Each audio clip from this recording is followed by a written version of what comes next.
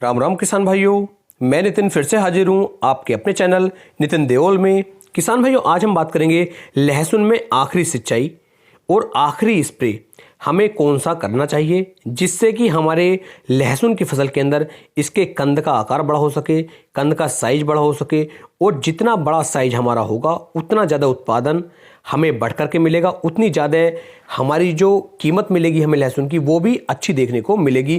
किसान भाइयों, आप देखते होंगे जब भी आप मंडियों के अंदर जाते हैं, मंडियों के अंदर जाने के बाद एक किसान भाई के जो लहसुन के रेट हैं वो मान लीजिए 500 रुपये के आसपास है, दूसरे जो किसान भाई हैं उनके लहसुन के रेट 400 हैं, तीसरे किसान भाई के रेट 300 हैं। तो ऐसी दिक्कतें हमें देखने को क्यों मिलती हैं? क्योंकि सभी किसान भाइयों ने लहसुन की उपज ली है, सभी ने लहसुन की खेती की है, तो उन लहसुन की खेती के अंदर उनके उत्पादन में अंतर आया।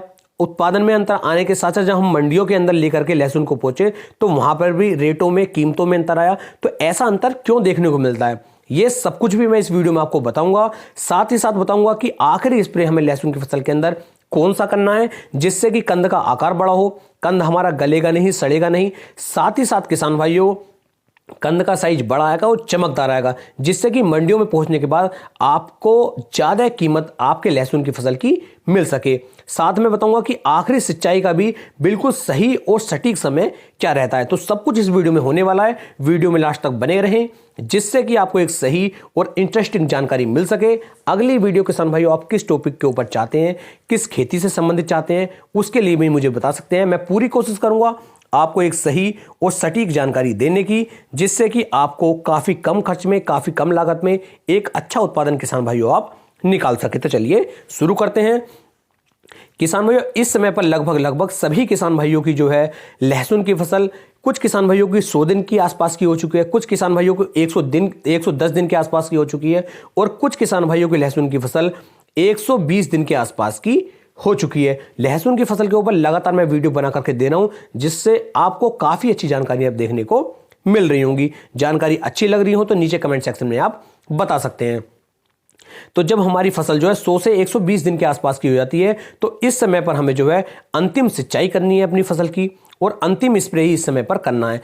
इस समय पर किसान भाई सबसे पहले जो आपको ध्यान में रखना है, आपको देखना है कि आपकी जो लहसुन की फसल का खेत है, जो हमारी मिट्टी है, वो मिट्टी जो है ऊपर से तो किसान भाइयों आपको बिल्कुल हल्की हल्की सफेद सफेद सी दिखाई देनी चाहिए, उसके अंदर दरारें नहीं बननी है। यदि दरार बन जाती है तब किसान भाइयों आप समझ सकते हैं कि खेत के अंदर जो है पानी की कमी कुछ ज्यादा ही हो गई है। तो हल्की मिट्टी सिर्फ सफेद पड़नी चाहिए, नीचे खेत के अंदर नमी बननी चाहिए। यदि आपको नमी की जानकारी नहीं हो रही है तो आपको खुरपे की सहायता से या फिर फावड़े की सहायता से कम 4 से लेके 5 अंगल नीचे की मिट्टी निकालनी है और तब आपको देखना है कि उसका लड्डू बन रहा है या फिर नहीं। यदि उस मिट्टी का लड्डू बन रहा है तो अभी आपके खेत के अंदर नमी की पर्याप्त मात्रा है, अभी आपको पानी नहीं देना है। यह बिल्कुल सही समय चल रहा है कंद के आकार को बड़ा करने का।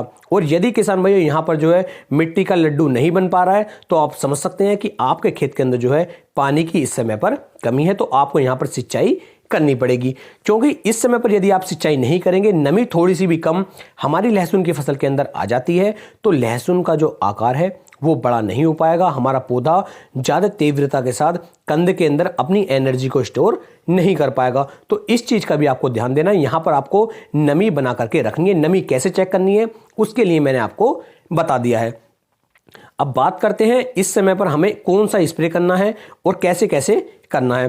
तो जैसे आपको पता चल गया कि आपके खेत के अंदर नमी कम है तो आप सबसे पहले अपने खेत के अंदर जो है सिंचाई कर दीजिए, पानी दे दीजिए। ये तरीका तो हो जाता है पहला। अब किसान भाई मान लीजिए हमारा जो पौधा जैसे वो 1.5 फीट का, 2 फीट का आपका पौधा हो गया है, अगर वो अच्छी तरीके से ग्रोथ कर रहा है, बहुत शानदार वेजिटेबल ग्रोथ आपके पौधे की है, पौधा बिल्कुल हरा भरा है, तब किसान भाइयों आपको कौन सा स्प्रे करना है उसके लिए मैं अलग बताऊंगा। यदि पौधा आपका अच्छी तरीके से ग्रोथ नहीं कर रहा है, वो बढ़वार उसकी अच्छी नहीं है, तब आपको उसके अंदर कौन सा स्प्रे करना है उसके लिए मैं आपको अलग बताने वाला हूं। तो पहले बात कर लेते हैं, जो हमारी फसल जो है अच्छी तरीके से ग्रोथ कर रही है, बहुत बढ़िया तरीके से चल रही है, हरी भरी फसल है, उसके अंदर पीलापन भी बिल्कुल नहीं है, उसके अंदर हमें क्या इस्तेमाल करना है। तो सबसे पहले जो यहां पर आपको इस्तेमाल करना होता है कंद के आकार को बड़ा करने के लिए, कंद के साइज को बड़ा करने के लिए सबसे ज्यादा आवश्यकता पड़ती है किसान में जो हमें बोरोन की और पोटास की। बोरोन का यदि हम इस समय पर इस्तेमाल करेंगे तो बोरोन का इस्तेमाल करने से ना ही तो हमारी जो फसल होती है ये फटती है, यानी कि कुछ किसान भाई देखते हैं कि उनका जो लहसुन का साइज होता है वो फटना शुरू हो जाता है, लहसुन का जो हमारा पुत्ती होती है ये फट जाती है, और अगर ये फटनी शुरू हो जाएगी तो हमारा जो उत्पादन है उसमें भी असर पड़ेगा। दूसरा, जब हम इसे बेचने के लिए मंडी में जाएंगे तो वहां पर भी हमें इसके रेट कम मिलेंगे। तो सबसे पहले तो आपको कोशिश करनी है कि आपकी फसल ना फट पाए, तो आपको बोरोन का उपयोग करना है। इसके साथ साथ बोरोन जो है फल के साइज को भी बढ़ाने में मदद करता है, कंद के आकार को भी बड़ा करता है। बात करें बोरोन की मात्रा की कि बोरोन की कितनी मात्रा हमें लेनी है, तो प्रति एकड़ के यदि मैं बात करूं तो लगभग 120 ग्राम से लेकर के 130 ग्राम प्रति एकड़ के हिसाब से आप बोरोन जो 20% वाला आता है उसकी मात्रा ले सकते हैं, और इसका स्प्रे अपनी लहसुन की फसल के ऊपर आप कर सकते हैं। खेत के अंदर नमी होनी आवश्यक है। अब बात करते हैं पोटास की कि पोटास की हमें कितनी मात्रा लेनी है और पोटास यहां पर क्या कार्य करेगी।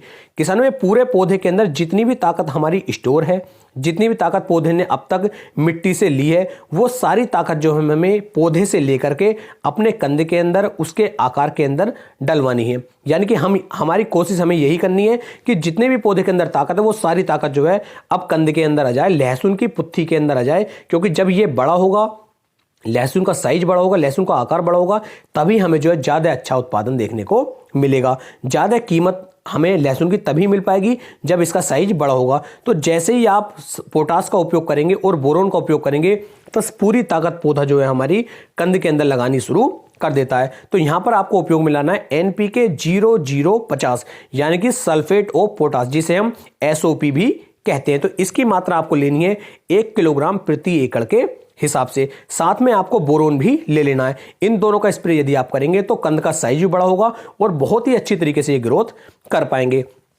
अब यदि आपकी फसल अच्छी तरीके से ग्रोथ कर रही है तो यहां पर किसान भाइयों आपको एक PGR टॉनिक का भी उपयोग करना चाहिए। अब PGR टॉनिक का काम यह होता है कि हमारी फसल की जो अनचाही ग्रोथ बढ़ रही होती है उस ग्रोथ को रोक करके जो भी फसल हमारी, जैसे लहसुन की फसल है तो लहसुन के कंद के अंदर वो ताकत बढ़वानी शुरू कर देगा, लहसुन के कंद को बड़ा करवाना वो शुरू कर देगा। तो यहां पर जो आपको PGR टॉनिक का उपयोग करना है वो लेना है आपको लिहोसिन का, जो बासेफ कंपनी का आता है लिहोसिन। इसकी जो मात्रा किसान भाइयों आप लेंगे वो लगभग 60 से लेके 70 ml के आसपास आपको जो है लिहोसिन का उपयोग करना है। और 60 से लेकर 70 ml जो आप लिहोसिन ले रहे हैं इसे भी किसान भाइयों NPK और बोरोन के साथ ही आपको एक जगह पर मिला लेना है, और इन तीनों को एक साथ मिला करके इसका स्प्रे आप अपनी लहसुन की फसल के ऊपर कर दीजिए। खेत के अंदर हल्की नमी होनी बहुत आवश्यक है। यदि आप ऐसा करेंगे तो कंद का साइज बहुत ही शानदार तरीके से ग्रोथ करके चलेगा, कंद बहुत बड़ा होगा, फटेगा नहीं और चमकदार बनेगा, जिससे कि आपको आने वाले समय में काफी अच्छा उत्पादन देखने को मिल जाएगा। तो इस तरीके से आपको स्प्रे करना है। यदि आपकी फसल अच्छी तरीके से ग्रोथ नहीं कर रही है और हल्की है, हल्की पीलापन भी उसके अंदर है, तब किसान भाइयों उसके अंदर आपको PGR टॉनिक का उपयोग नहीं करना है, क्योंकि PGR टॉनिक हमारी फसल की हाइट को रोक देगा, उसकी ग्रोथ को रोक देगा, तो उससे उत्पादन में थोड़ा सा अंतर देखने को मिलेगा। तो उसमें आपको PGR टॉनिक उपयोग में ना लाएं। लेकिन यदि फसल बहुत ही शानदार चल रही है उसमें आप PGR टॉनिक का उपयोग करें, जिससे कि फसल के अंदर की ताकत सारी हमारे कंद के अंदर आ जाए। तो उम्मीद है मैं आपको एक सही और सटीक जानकारी दे पाया हूं। यदि वीडियो पसंद आई हो तो वीडियो को ज्यादा से ज्यादा शेयर करें और अपने भाई के चैनल को सब्सक्राइब कर लें। फिर मिलेंगे किसान भाइयों एक नई वीडियो में एक नई जानकारी के साथ। तब तक के लिए सभी प्यारे किसान भाइयों को राम राम जी।